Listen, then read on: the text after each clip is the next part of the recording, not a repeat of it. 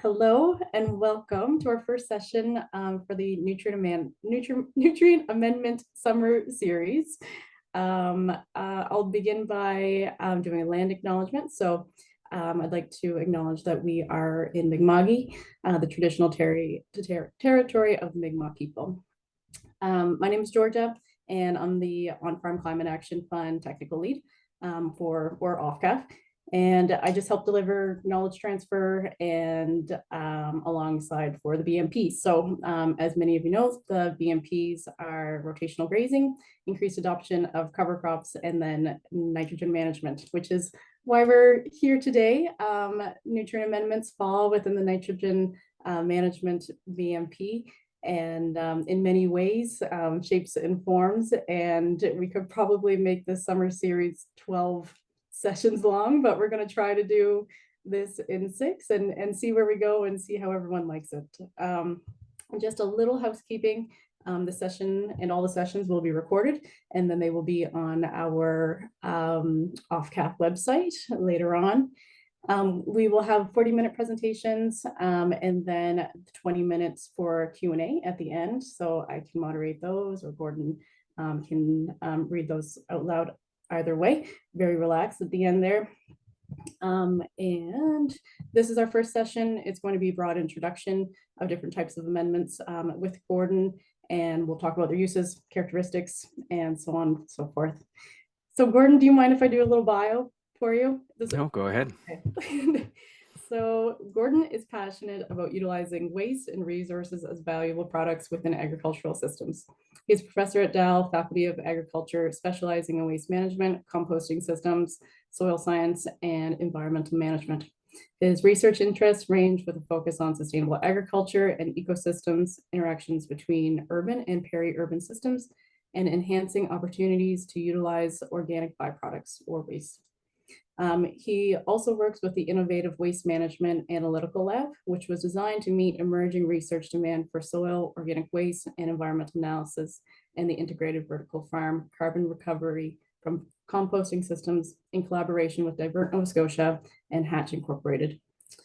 So that's all I have. I hope everyone has a drink of choice and a notebook. Gordon, you can take it away whenever you're ready. Awesome. Thank you, Georgia. And I do want to thank Georgia for organizing this and inviting me to take part in this webinar series. I'm just going to share my screen and hopefully put it into presentation mode. How does that look? That's great, Gordon. Okay, perfect. Well, welcome everyone. My name is Gordon Price. As George has mentioned, I work at Dalhousie University. I'm in the Faculty of Agriculture. And today I was asked to speak to you about soil amendments. So I put together a presentation that covers a fairly broad swath of what soil amendments are, what types, a little bit around composition, decomposition, and really going to keep it fairly broad for those of you that may be less technical. But as we move into the other parts of this series, we have management considerations for soil amendments as our second webinar in July, conversion processes and novel soil amendments as our third. And for all of those who are interested in what happens to human waste, understanding biosolids as soil amendments will be at least my last webinar as part of this series. So just as a graphic to illustrate how connected most of our systems are, and we're no longer the faraway rural environment and the faraway urban environment. More often than not, what we're seeing these days is a pretty closely linked interconnection between the urban and the rural environments. There's a lot of flow out of agriculture and out of rural environments into urban environments, and then there are more consistently now flows back.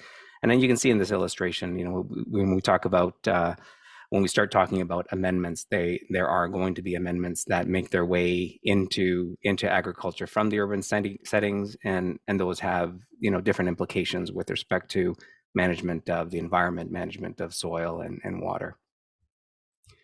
So in terms of what are soil amendments, typically we'd consider these to be any materials that are added to soils to improve range of properties that may be including crop nutrient supply retention, improving soil structure, water retention, maybe for erosion control, enhancing microbial diversity.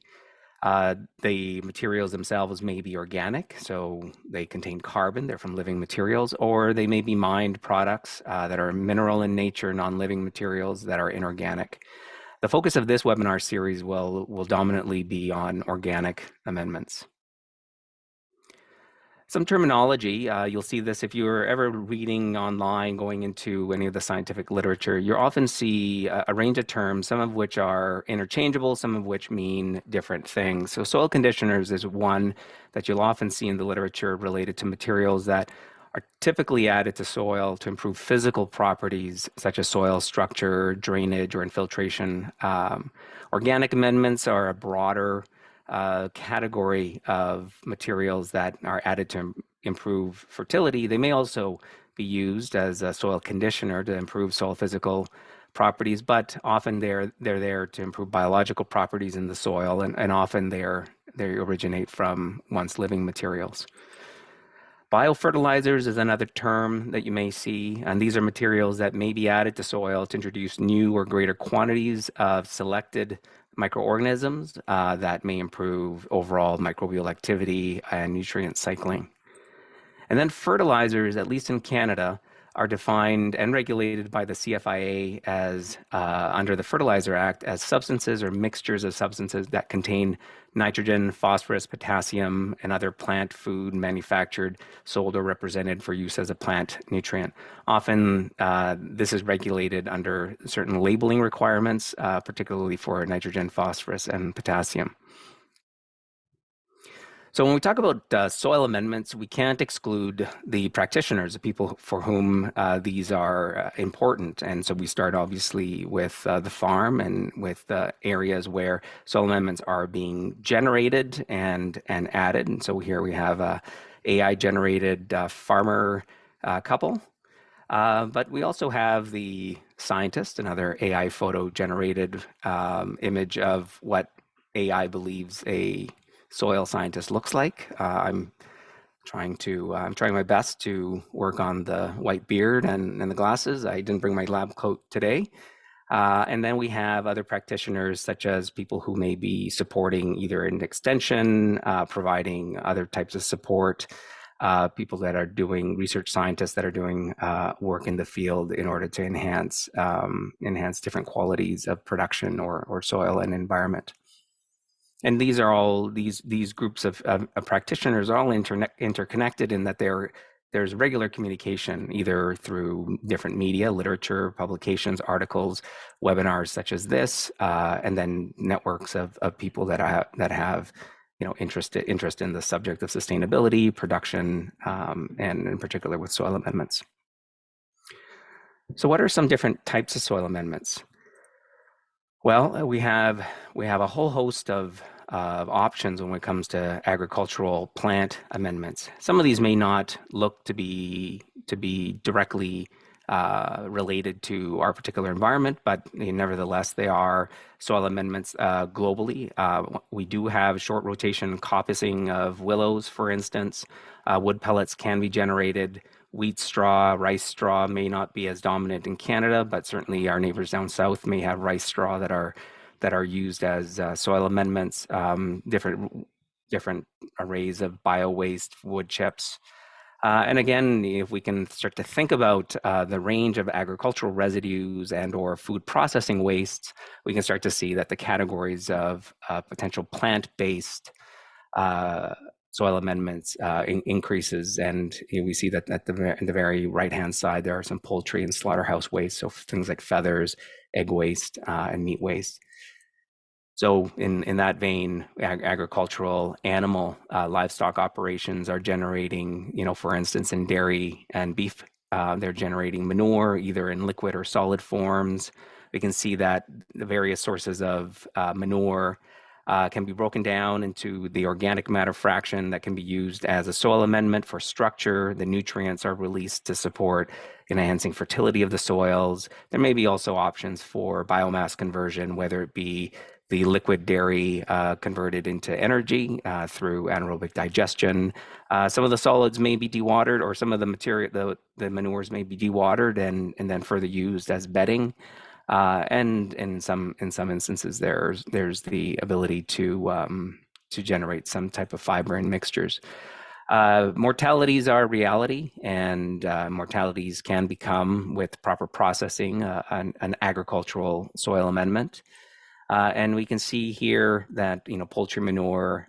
This illustration in terms of the table is more to highlight the fact that one of the conditions that we deal with is that when we're talking about a particular type of amendment, say poultry manure, not all poultry manures are created equal. And so in this particular illustration, we can see the nitrogen, phosphorus, potassium contents are different depending on the production type for poultry, whether it be layer or breeder or turkey. Moisture content can also be quite different. In terms of municipal-based soil amendments, we might be looking at materials like food waste and food waste composts, mixed compost, leaf and yard waste. The top one obviously being quite heterogeneous, quite mixed, and not really knowing what you're going to get from one batch to the next. Leaf and yard waste tends to be a little bit more consistent. If we look at the sort of municipal sector with respect to industry, there's the potential for de-inked recycled paper fibers to be generated, and as the fibers get smaller, they become a potential municipal source of carbon, in particular as a soil amendment. And biosolids, which is the term that's used for treated solids from the sewer system. In some countries, and not so much in Canada, but there is the potential to use treated wastewater. In this particular instance, it's untreated wastewater that is being directly pumped from the sewer to be used in what is a more arid climate for use in agricultural fields. Again, we're looking at the balance of safety and what's available. With respect to forestry, there may be in certain parts of the country, particularly Nova Scotia, there may be the access to composted wood residuals. Wood shavings or sawdust are often used as bedding, so often we don't use these as soil amendments directly into agricultural soils, but they may come in association with other mixtures in the bedding, animal bedding. MDF dust is something relatively new, something that we've seen particularly in certain dairy barn systems, compost bedded pack systems where sawdust and or wood shavings aren't largely available, but MDF dust from furniture that's being ground up is, and there's some pros and cons to access to materials like this. And again, pulp mill sludge, if there regionally is active forestry, and then milling of the forestry residuals into paper products, there may be a solid material that's available, and as well raw wood materials, often not used directly as soil amendments, but there are circumstances where it merits attention. So industrial sources of soil amendments, agricultural lime, this is mined. So as I mentioned before, there are organic and inorganic sources of amendments. Agricultural lime being a very common one. Anaerobic digestate, that may be sourced from dairy operations that are digesting their manures, or operations that are receiving anaerobic digestate from, say, municipal source separated organics. Wood ash, Nova Scotia has a wood ash program as part of their amendment program, and there are different benefits either for liming or other elements that may provide some nutrient benefits to soil. And more common industrial-based amendments are like synthetic fertilizers, and possibly in some instances the recycling of waste gypsum wallboard. These are just a few illustrations of industrial-based amendments. There are many different types. Some other different types of amendments. Nova Scotia, in particular, is host to a company, Overland Science, that is investigating and commercializing the use of black soldier fly larvae as a protein source. And as a function of their production system, they generate this frass. And so this frass, again, unconventional source, but it is a byproduct, and it's a waste byproduct that has nutrient content, it has carbon. And again, we may start to see more and more of these types of amendments out in the world once we start looking for them for specific purposes. Other amendments that you may have heard of, biochar. Biochar has become very popular in the scientific literature, in particular, as a way to operationalize the sequestration of carbon in agricultural settings. There are some challenges with respect to the production of biochar, particularly the high energy requirement involved in charring any kind of biomass, as well as the specifications around the type of biomass or the nature of the biomass that can be converted into biochar. Uh, some of you may or may not be familiar with spent coffee grounds. This is the coffee that we drink every day, and in more industrial settings or more commercial settings, there are potentially large quantities of this material that are generated, often mixed in with the municipal solid waste, the organics bin, but on their own may have specific attributes that might be of interest for under certain circumstances in agriculture. And then finally, in our particular region, there's also the potential for fishery and, oops, excuse my lack of grammar checking there, but it should be fishery and aquaculture byproducts. In this case, these are two studies that we've conducted at our research site in Truro.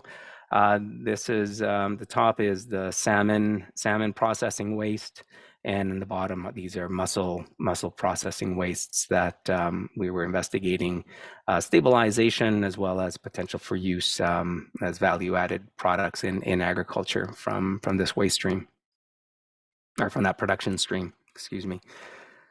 So in terms of how we want to consider the nature and characteristics of soil amendments, I'd like to first have us think about not the visual aspect of what we are looking at in terms of the soil amendment, but considering the fact that all the soil amendments and everything we're dealing with, whether it's the soil matrix, whether it's the microbiology, whether it's the amendment itself, what we're dealing with is chemistry. We're dealing with chemistry interacting with chemistry.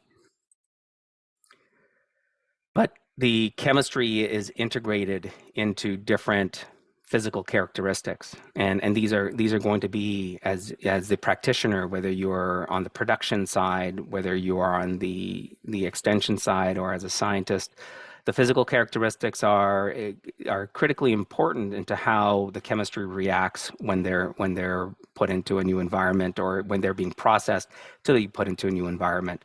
And so considerations around particle size, whether it's coarse, fine, mixed, whether the material has a shape that's round or stringy, flat, such as with leaves, or whether the material is in a more particulate form, if it's liquid, whether it's a solid, whether it's a slurry. And again, the state of the physical state of the soil amendment, whether it's a freshly generated material, whether it's aged, whether it's semi-fresh. These are all going to be considerations in how the material is going to react and how the material can be applied in your particular setting. With respect to chemical characteristics, obviously, if we're talking about the chemistry, then there's just the basic elemental content. These could be the macronutrients, the NPK that are of interest, the micronutrients, which often get ignored, but can be critically important for use in certain systems. That could be critically important because of their potential to accumulate, and that's where heavy metal content, which is often regulated with many different types of soil amendments, is something that is worthy of keeping track of over time, particularly if this is a material that is being used on a regular basis. Other chemical characteristics of importance for consideration with respect to use, with respect to trying to predict or at least understand how the material is going to decompose and contribute the elemental content, the different proportions of inorganic and organic ions are things such as the carbon to nitrogen ratio, the carbon to phosphorus ratio. Other considerations of the amendments could be acidity or alkalinity. Is this material being added as an alkaline amendment into an acidic soil as a way to amend that soil and as a substitute for lime? Or do you have a fairly acidic material that's being added into an acid environment that may be exacerbating, some of the issues in that soil?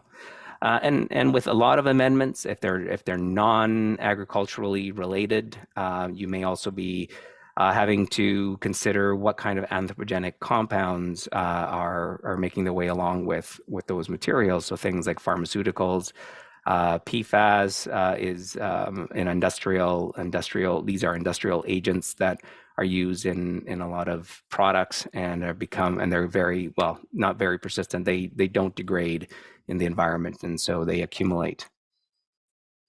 Other things to consider, and remembering that if you're looking at the figure on at least my left-hand side, and hopefully on your left-hand side, that when we're talking about the interaction of chemistry with chemistry, even though we're talking about the interaction of chemistry with biology, really biological living organisms are chemical chemicals with feet and with bodies and with some sort of form. And so as fresh material is added into the soil, as chemistry is added into the soil in the form of amendments, then we see a response of the chemistry in the form of the biology with respect to bacterial numbers and fungal numbers increasing. And so in this illustration, you see that fresh residues are added. And then over time, there's an increase in the microbiology with a subsequent decrease as that food source starts to decline in quality. And then we see the sort of subsequent decline in the carbon, in the quantity of carbon that was added in this particular instance. So when we're thinking about chemical characteristics from plant and animal manures, some important chemical aspects are the cellulose, the hemicellulose, and the lignins. Illustration, the figure on the right-hand side illustrates a little bit of that dynamic. And so we can see that, wheat straw added, which is composed itself of 50% cellulose, 25% hemicellulose, and 25% lignins. We can see that it's somewhere in between the decomposition rates of the cellulose and hemicellulose and the lignin. The lignins being the more complex chemical compounds, and the ones that take the longest to decompose. But there are other chemistries that we have to be aware of. There's the mineral-based products that aren't going to decompose, the ash content that may be associated, and so that's a mineral component that may be associated with organic-based amendments. And those will play a role in the rate of decomposition and the availability of different nutrients as we're planning those amendments, say for use by crops. And again, anthropogenic compounds and materials. Now, in this case, chemistry, but there may be chemistry that is in a solid form, such as in microplastics or nanoparticles that are more common in a lot of our industrial processes today.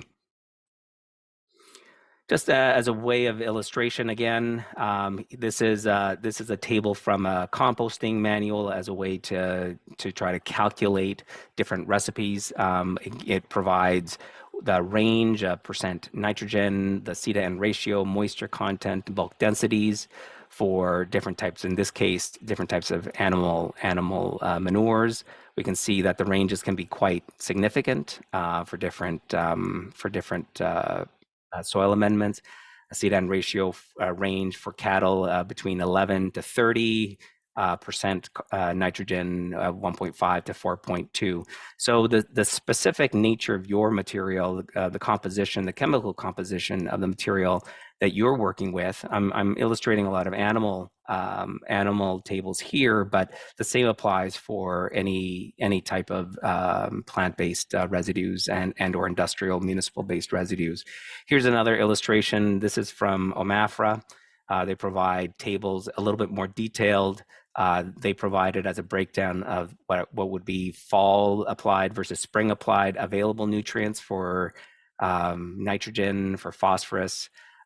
They provide some range of the lab analysis that were conducted, and as a composite or as different proportions of the material from hogs or dairy or beef. So again, this isn't for you to take home necessarily. It's just for you to understand that there's a lot of data out there, a lot of information that can be used to help you in understanding the composition of your materials, but also helping you trying to understand what your materials are going to be contributing as soil amendments as you start to plan the use of them in your operations.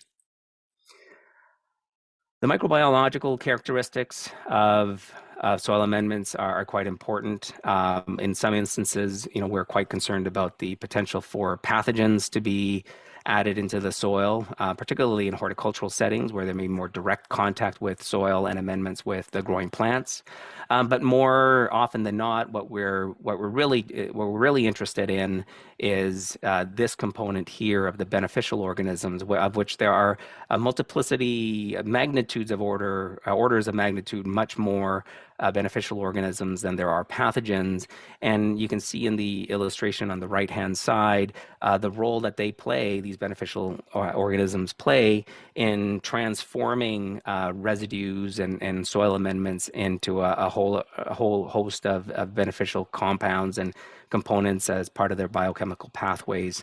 There may be, cycling of nitrogen and carbon, the absorption of atmospheric nitrogen into plant roots through associations with rhizobia and plants. There's the solubilization of phosphorus. So the microbiological components are integral to the whole system in soil and the whole system within the decomposition of just the organic matter of associated with the soil amendments in these systems.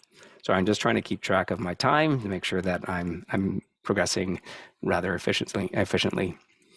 So when we're talking about soil amendments, it's not separated from the process of decomposition. The amendment itself, as soon as it's available, whether it's plant residue that's been cut down or whether it's animal manure, it's beginning to decompose. And it was decomposing, if it's in an animal system, it was decomposing as soon as it was ingested.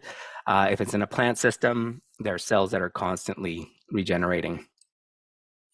So what are the factors that we are trying to manage, and what are the factors that are affecting decomposition?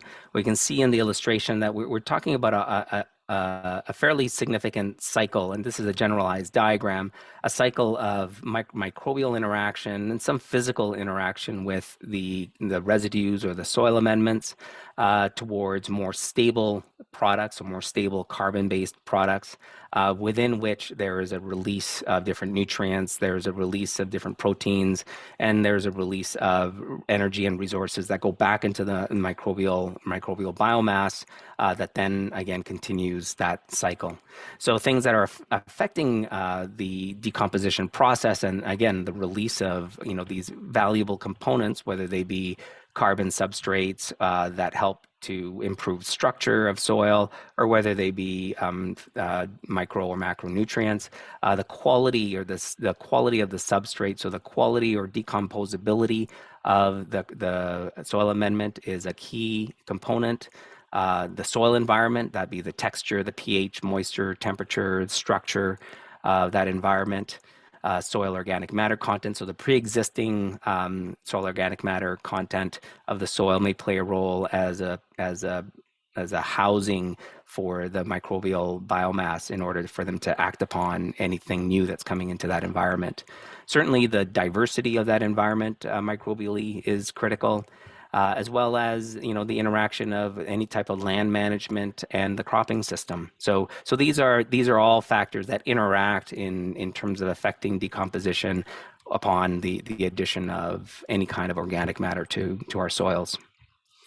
So as a graphic to show some of the way that organic matter, carbon is going to decompose, fresh material will typically follow a trend, as you see in the blue dotted line, will follow a fairly rapid decline over a short period of time towards a more stable plateau, whereas a material that may have been composted, so it's already undergone a previous decomposition process, a managed decomposition process, we can see that the release and the decomposition is going to be slower, and therefore the release is going to be more measured.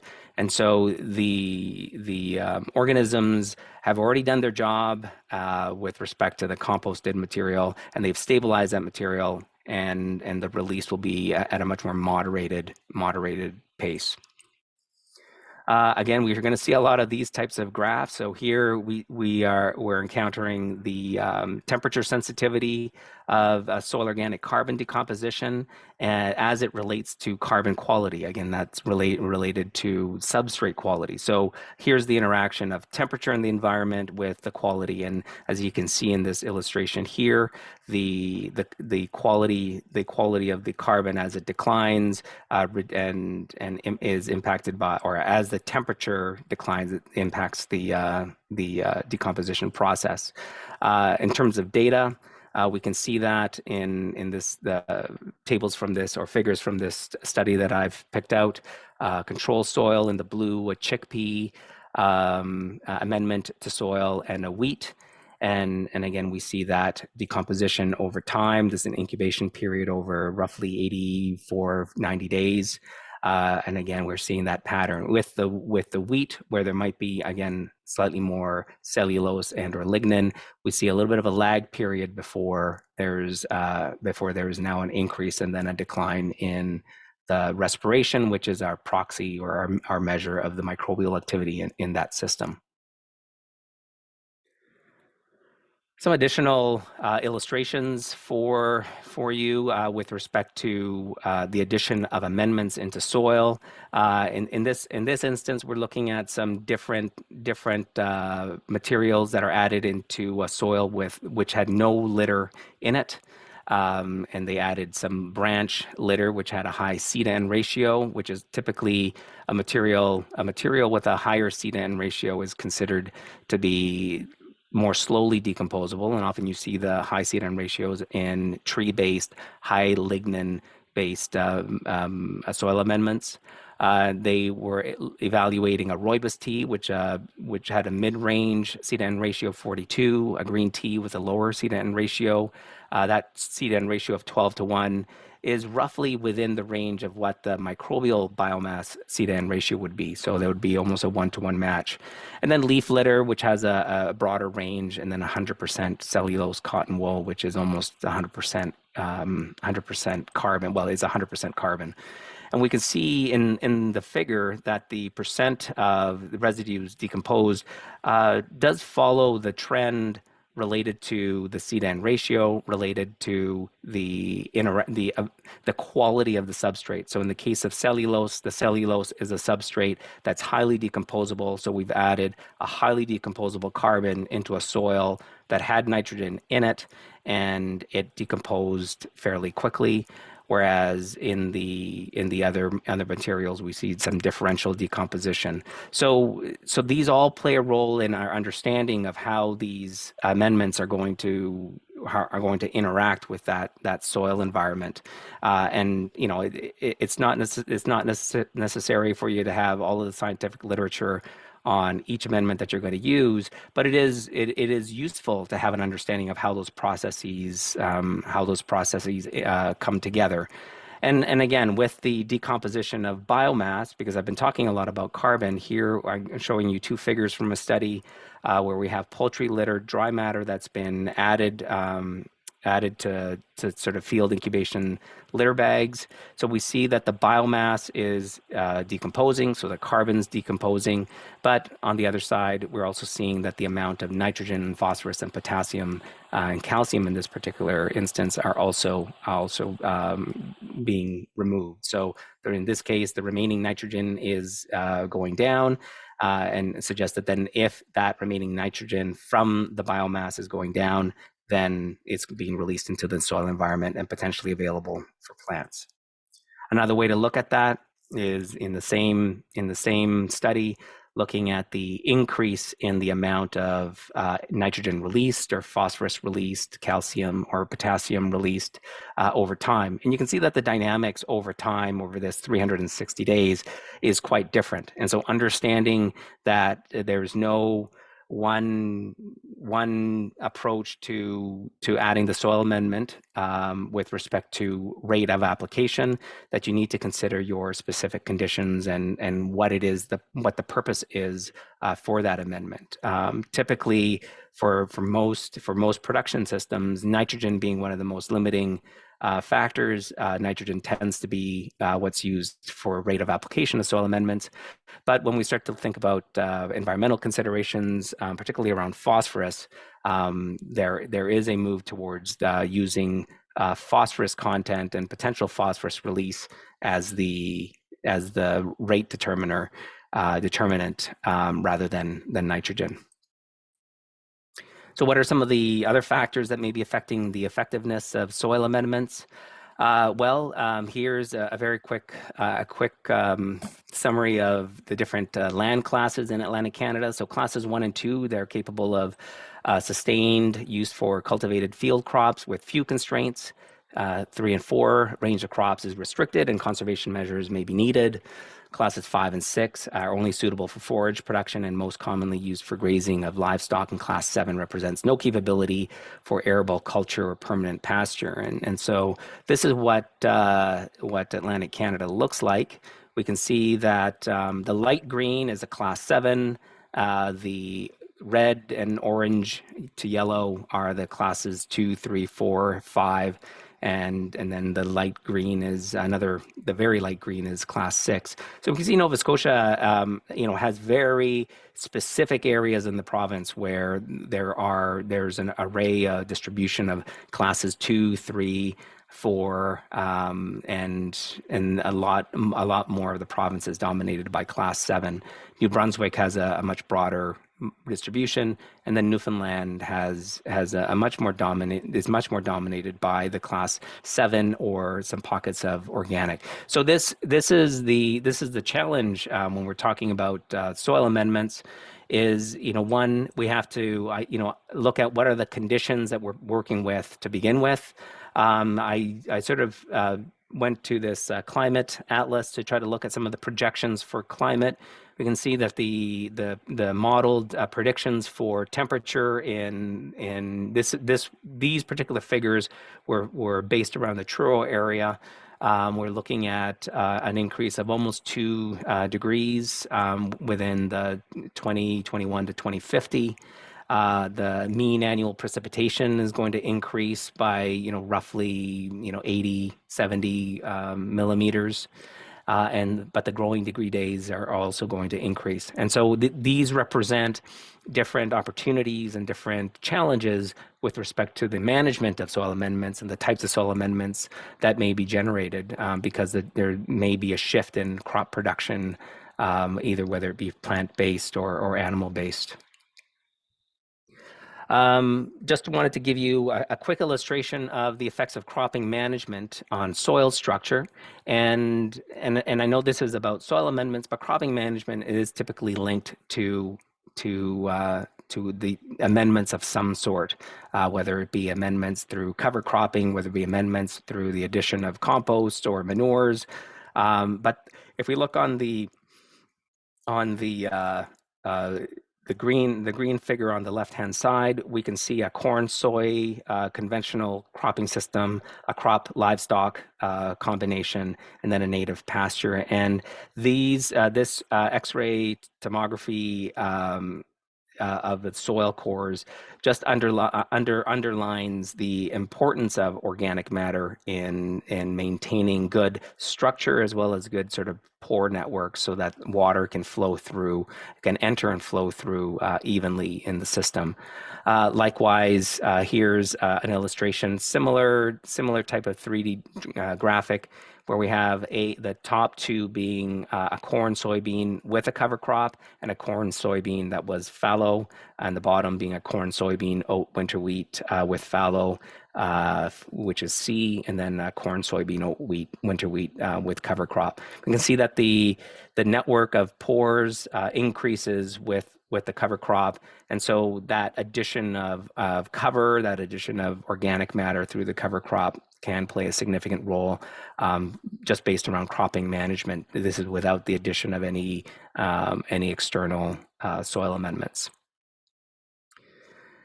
Some influences of soil amendments on surrounding environments. It's always important to consider, how your not only just how your soil amendment is going to decompose and what it's going to add with respect to your production system or what your particular goals are, but there may be other influences that you need to consider. And so the method and timing of the application of these soil amendments may be coordinated to avoid soil compaction, soil erosion, water pollution caused by runoff. And that takes into consideration, what your specific soil conditions are at that time, soil texture, any other previous management history. Obviously, in understanding the chemistry, then in your rate applications, you want to avoid uneven application rates that may exceed the soil's ability to assimilate the conditioner or the organic amendment. That may be components such as salts or pH or carbon-nitrogen ratio or contaminants, and because these can lead to imbalances in nutrients, heavy metals, plant toxicity. And depending on where you're located, another important consideration around the use of soil amendments and the choice of soil amendments, of which you may have no choice. You may have soil amendments that are generated, but that is odor and nuisance to neighbors. So, and heading in towards the end, some of the advantages of using soil amendments are that it promotes natural cycling of organic matter and nutrients. It's a way to dispose of materials that are generated on farms, and disposal as a way of reducing cost of production by offsetting fertilizer, maybe liming costs, but as well as that long-term investment in your soil. So you're offsetting some of your fertilizer costs, but also potentially increasing the soil health properties and the quality of that soil for the long term. And more, there's the potential to use soil amendments in specific ways to mitigate some of the climate change that we are experiencing, and as a way to sequester carbon into soil, or at least to cycle that carbon in a more natural way. So your kind of final considerations for using soil amendments might be, you have a specific purpose, you have a specific need. That specific purpose and need may be you're bringing in external amendments in order to increase your organic matter, increase the soil structure, or provide specific nutrients, or to, as an alkaline material to lime your soil. Or it may be that you're generating a lot of material from one operation that you are moving off into another operation, so a livestock into a cropping operation, for instance. So considerations would be type of amendments that are available, what are the quantities being generated, and what is the access, what's the seasonality. The illustration on the left-hand side shows an individual who has a large pile and doesn't know what to do with it. And then the next one is the individual who probably could use some, but doesn't have much to work with. So cost, return on investment. I know that's probably not a term you hear when we talk about soil amendments, but it's certainly a way to think about the material, that the nutrients that are in the fertilizer value of those materials can be translated into direct economic benefits. Considering the soil environment, not just in the short term, but also the long term, leading into sustainability and production benefits overall.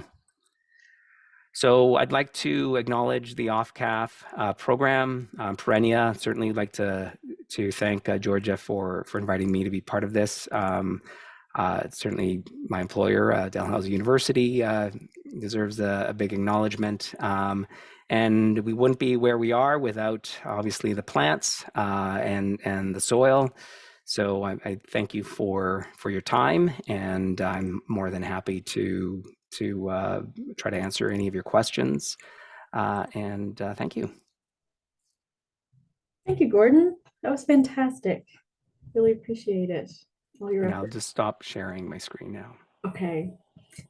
Please feel free to put your questions in the chat or the Q&A box. I think too, if you would like to speak, I can allow you to talk. There's a button there by people's names. So if you want to speak out loud, that is an option as well right now. I can start with a question, Gordon.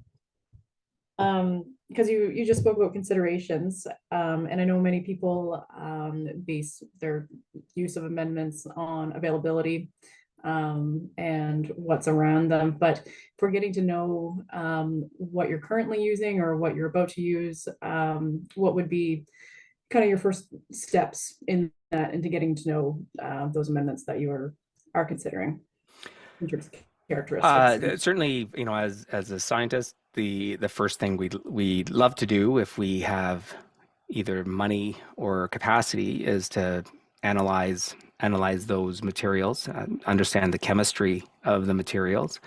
You don't have to send your materials away. There's, as I tried to illustrate in some of the tables of different animal manures, there is a fair amount of literature that you can very quickly Google or whatever your favorite search engine is. Maybe ChatGPT might provide you with some insight. I'd be careful asking it for clear links to references that it uses for the numbers it's giving you. But again, trying to understand the basic chemistry of the material. What do we understand about that material to begin with? Remembering that the chemistry of the amendments on its own is only one very small part of the story. Other aspects of how much water is contained in that material, and that's going to influence your ability to transport large amounts over large distances. The chemistry, again, the chemistry may tell you something about the availability of, say, nitrogen, but there may be other hangers on that are also important. So it could be heavy metals. It could be, again, with very specific materials like biosolids, we know that they carry pharmaceutical compounds in them. We don't know whether those pharmaceutical compounds really have any significant impact on our different soil environments or the cropping system or as a contaminant, but we know that they're there, and so you have to think about how often are you going to be using these materials? What is your approach to determining the rate of application, for instance? And the challenge with soil amendments is that often they're regulated differently in different provinces. So, one province may allow you, one-time applications, or they may allow you, a few individual applications at certain rates until you reach a maximum, say, threshold, which may be regulated by heavy metal content, for instance. Thank you, Gordon.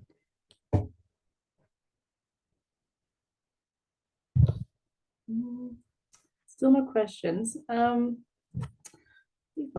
Do you have many people doing calculations based on the nitrogen content? So if they're looking at more, or if they're comparing a urea and say a poultry manure, are they looking at doing a comparison based on just nitrogen, or are they looking at the values and other benefits with the poultry manure, say, and trying to, incorporate that into their management? I think that comes with, at least in Nova Scotia in particular, because we have nutrient management planning, we have nutrient management planners. There is a framework to try to incorporate the use of the amendment based around multiple qualities of that material, and not just, say, specifically a delivery of nitrogen, for instance. And again, every material is different, but the main I think consideration is that when you're using a fertilizer delivers one thing, and it delivers that one thing very well, but that one thing it dissipates very quickly into the environment. Whereas when you're using a soil amendment, it can deliver multiple layers of benefit, but it can also deliver multiple layers of benefit and potentially things that you have to manage down the line. And so you're always balancing out what your immediate needs are. So it might be nitrogen, with the potential for other components, let's say phosphorus, to accumulate over time if you end up relying on that product, year over year over year. And so it's managing the considerations of, what the material gives you as a benefit and what, the potential challenges with its management may be. Makes sense. We do have one question here. This is from Talia. How important is particle size when it comes to choosing an amendment? Uh, so my instinct is particle size is extraordinarily important. Um, Yes. So particle size is extraordinarily important. The smaller the particle, the larger your surface area, the greater the opportunity of exposing reactive surfaces, which both helps bind other ions, but also um, helps make access available for microbes to get to the carb or to the different bonds that are going to be broken down to then release those nutrients. On the other side, you may not want to have the smallest particle because your goal is structure. And so then if your goal and your purpose is structure, then you may be looking at different agents that provide more porosity in your soil. Again, it's always determining what are your specific needs. So, when I was talking about considerations for needs, some people are thinking of soil amendments because they generate large quantities of soil amendments. So let's say a dairy operation or a beef operation, let's say dairy operation, for instance, or animal livestock, generate a large amount of materials that then they're typically stored and then they need to be disposed of in some way. I mean, that's really simplistically, that's what we're working with. And so the cropping land surrounding that operation becomes an available way to recycle the nutrients into that environment. But so the purpose is to move it out, but the purpose is to move it out to another operation to regain benefit and not to create new challenges down the line, which may be, runoff or, any other kind of water quality issue. So uh, it's a difficult balance that different producers have to play. But again, I guess I'm deviating. Particle size, I think, is important. You just have to figure out, what are you trying to achieve based on the amendment. I see a couple of questions here in the question and answer. Do you want me to go through them? Yeah, sure. Okay. Hi, Dave. How important is biologically active soil in driving plant health, yield, stress, coping, and which amendments for compost blends are very helpful in driving that activity? Um, I think the short answer is biologically active soils are extraordinarily important for plant health. I mean, plant health, it can come in a number of different ways. It could be in terms of uh, biologically biologically active, where you're using amendments to promote a diversity of organisms that may be out competing organisms that stress the plant from the soil. So we're looking at at organisms that are going to be benefiting nutrient cycling. They may be providing access to water, providing better turnover of roots, all of which can have impact on yields. They may be reducing other types of organisms that are predatory to root systems or predatory to organisms that help with nutrient cycling. In terms of the types of amendments, I mean, there's a whole host. I don't know that I would single out any particular one. Again, what we're dealing with is too much of a good thing can become a bad thing. And a moderate amount of a good thing can provide some excellent results. Composts are great for, as I illustrated in that one diagram, you add fresh materials, you're going to get very rapid decomposition. If you think about rapid decomposition, you're thinking about lots of stuff coming out very quickly. When you think about a material that is providing a much more moderated decomposition trend, then it means that the materials or let's say the chemistry that's coming out is coming out in a much more moderated rate, and then the biology becomes a much more stable biology in that particular system. Hopefully that helped answer part of your question. I'm happy to have a discussion at some other point if you want to delve deeper into that. So Ian, do you work with EM1 to improve your composting of different raw materials? I do not. Hmm. Okay. So here's my bias. My bias is that I feel that we have enough microbiology already out there working, that purchasing microbiology to add to say an already, what should be already pretty diverse system to begin with, might not be the best use of money and resources. That's not to say there isn't good work that's been done to illustrate that these types of inoculants have value and can generate some interesting outcomes. But I think managing things like particle size, aeration, mixing of amendments can be as effective as bringing in external inoculants. That's just my opinion, though. Thank you, Gordon. My bias. And we will be talking about those with Av in a few weeks too. So we'll be getting into the nitty gritty of some biostimulants, microbials. We did talk about microplastics a lot at the CSSS in Truro last year. Is that a consideration in terms of composition or something to be aware of right now when Yep. selecting amendments? Yeah. Yeah, there's no question. Microplastics are everywhere. I'm going to be a little bit vulgar, but Yeah. I think they just found microplastics in men's private parts. So they're everywhere.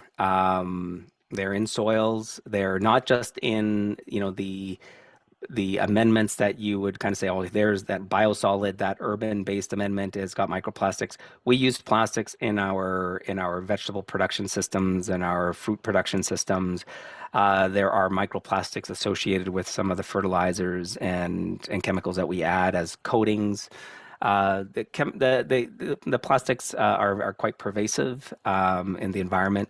The issue with the plastics is that they act as a very low. They do degrade, so plastics do decompose, but they also act as a very reactive surface. So when we talk about that small particle size, in terms of particle size being important, well, now you've added very small particles that have reactive surfaces, and so they can bind. So they might serve a benefit in binding certain beneficial ions, but they also might be there and binding other ions that we don't want to have accumulate in our soil environments. They might restrict certain microbiology from interacting with the good biology or the good amendments, the good solid particles that in the soils. They might inhibit it because those microplastics contain chemicals that are themselves leaching out into the soil environment and maybe toxic to certain organisms. So I think it's worthy of concern, but it's a much broader social, societal issue that we need to address with respect to their presence in our environments. Yeah. I see there's a question about with a lot of farms dealing with high aluminum or other heavy metals in soil, are there particular additives that can help plants manage the stress or potentially drive microbial remediation? Again, with respect to additives, ensuring that you have good organic matter content in your soils, I think is a starting point. Again, the nature of that soil environment is sort of your starting point. Is understanding what's the matrix that you're working with, and so understanding, say for instance, aluminum and mobility of aluminum is highly dominated by pH. So if we're talking about soils in our areas, they're going to be high in aluminum because we have fairly low pH. Our pH is quite acidic. So you might look at an additive that helps to mitigate low pH and acidity and improve. So the higher you can get your pH, closer from acid closer to a more neutral pH, then the better that environment's going to be for the microbial organisms. For and then subsequently, if they're active, then you've got better nutrient cycling. And so you might look at what we're looking at right now is working with I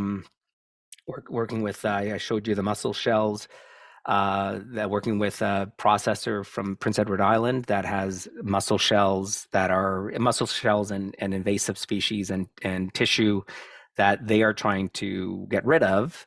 And we are working with them to see if there's a possibility of converting those mussel shells, which are like 97% calcium carbonate, into more local based liming amendment, right? And again, those mussels are in our estuaries. They're drawing CO2 out of the water, which is being drawn out of the atmosphere. They're taking all of those high nutrients in the waters and incorporating it into their biomass.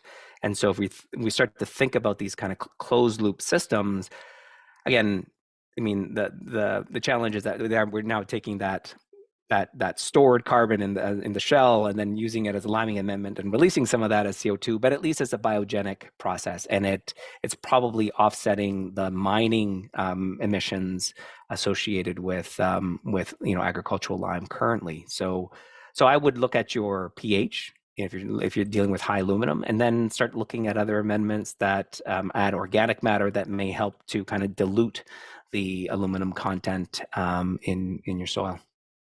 And correct me if I'm wrong, Gordon, but which may help with phosphorus availability too, right? Because doesn't that Possibly. play into Again, if you're adding calcium, then your phosphorus is going to bind with the calcium, and then it becomes less available. okay.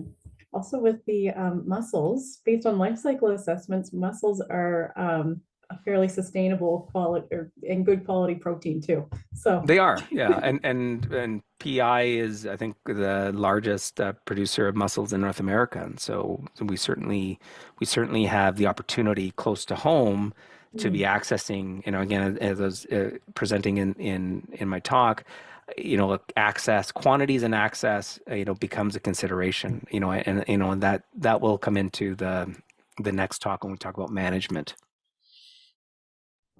well, with that, if there's no more, oh, Ian has one more, Gordon. What about all the Yeah. pharmaceuticals from urban waste? What about them? What about They're there. They are there, particularly in biosolids waste, but they're also there. So just to realize that our wastewater treatment systems treat water, but they don't treat water for everything. They treat water for very specific things. They treat water for the biology or the microbiology. They treat water to some extent to remove solids, which is what becomes the biosolids if they undergo further treatment. They treat water to some extent to kind of moderate nitrogen and phosphorus concentrations before they're discharged. Um, in those processes, some of the pharmaceuticals are either going to be degraded, or they may get associated with the solids component. But we can't pretend that pharmaceuticals aren't making their way in the discharged water in their parent form or in some metabolite which could be more toxic. Definitely, pharmaceuticals are making their way into the solids. How important is that? To be honest, we don't know. We know that in the water, certain organisms have more direct contact. They're ingesting directly pharmaceuticals from the water, the exposure in the water, and there's certainly a lot of evidence that there can be greater ecological concern with that. In the soil environment, which is now a much more diverse, microbially diverse and active and dynamic system, we still don't have clear answers as to how the presence of pharmaceuticals may be impacting the sustainability or the health of those soils. And I'll give you a quick illustration from, I have a long-term biosolids application site that we've been studying since 2008. So we've been applying biosolids to that site for a very long time, and we've studied pharmaceutical presence. We've studied what the microbial diversity is using genomic sequencing. We have looked at other kind of common biological indicators like earthworms and other mesofauna. We're going to come back to that again. We have colleagues that have done the same, exposed different specific biological indicators, directly to biosolid applications that are known to have pharmaceuticals in them. And when we look at, say, common soil health indicators like carbon or respiration or active carbon, all the indications that in our data suggest that all of those are positive. Like those are all increasing. We're adding organic matter because we're adding organic matter. We're adding food to this diverse, despite the presence of these pharmaceuticals. It doesn't mean that there isn't an impact. It just means that that impact may not be overwhelming enough in these systems that may be receiving these materials over some period of time, and there may be very specific circumstances where the impact is greater than others. So it is a challenging, and it's very much like microplastics. We can reduce the amount of these compounds, these anthropogenic materials entering into our systems, particularly if they're going to come back into soil, by educating people in general from doing that. in industry? Okay, I see if farmers use drilled wells to irrigate in the Annapolis Valley, is there an issue with arsenic and uranium? I do not have enough information about the soils in Annapolis Valley with respect to arsenic and uranium to answer that question. That's okay. Um, I see that there's, is there, oh, do you have a favorite Dave, nutrient amendment? Favorite nutrient amendment to build soil organic matter. Well, if you have time, then certainly woody residuals is good. If you have a lot or your proximity to, I think manures rate managed appropriately, probably would be a suitable, particularly because of the continuous access and generation. If you're in near livestock operations. Compost in particular, I think we have lots of potential access, particularly in Nova Scotia, based on the fact that we have lots of organic, source separated organic composting facilities. I think agriculture doesn't use that source effectively enough because there's awareness related to other potential contaminants like plastics or needles or other things that maybe, but I think those can be moderated by better communication and interaction between municipalities and the agricultural sector. But compost would certainly be a top one too. so we'll just do one more question from Dave here. Which amendment experts or trends should be on everyone's radars? I don't understand. I'm not sure I understand the question.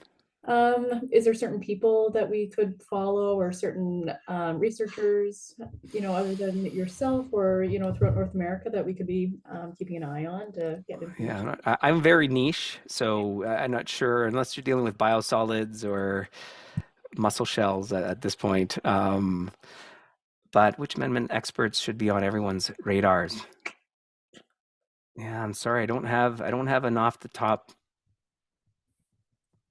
answer for you. No famous amendment people?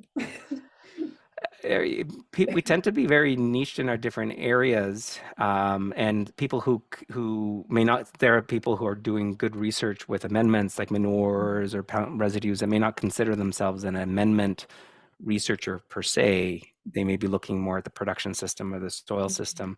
Certainly, people like Derek Lynch, who if we're going to do call outs for colleagues.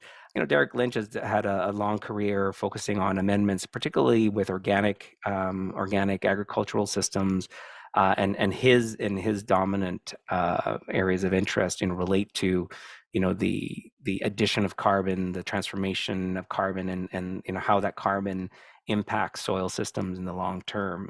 Of which I'm also interested in, but I'm also interested in the kind of diversity of amendments and what they each contribute and how do we manage them, or I guess the contemporary term is how do we valorize them effectively enough. But yeah, Dave, my email is pretty easy. It's gprice@dow.ca. If you want to have a separate conversation on the side, I'm happy to maybe get a little bit more context around what you're thinking of. Mm. Also, the soldier black fly, that's something to kind of keep on the radar. It's really interesting and Yeah. local.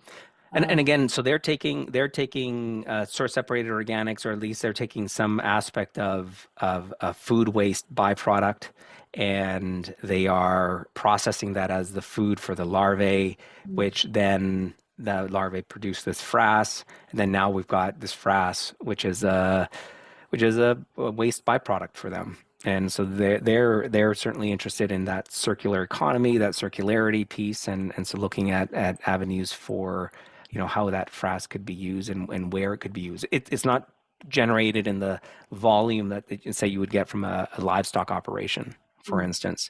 So it might be a much more niche based product, maybe a little bit more like a biochar, which again has very specific uses, under very specific circumstances. And so we need to understand a bit more about the frass. But there's certainly literature suggesting the frass has there are the questions around plant health. There's uh, some studies that have suggested that it plays a role in, I think, management of certain predatory pathogenic organisms. I think nematodes, maybe. nematode control. So yeah, it could be an area of interest. Awesome. Well, thank you so much, Gordon, for that today. And yeah, next time we're talking about management considerations with soil amendments.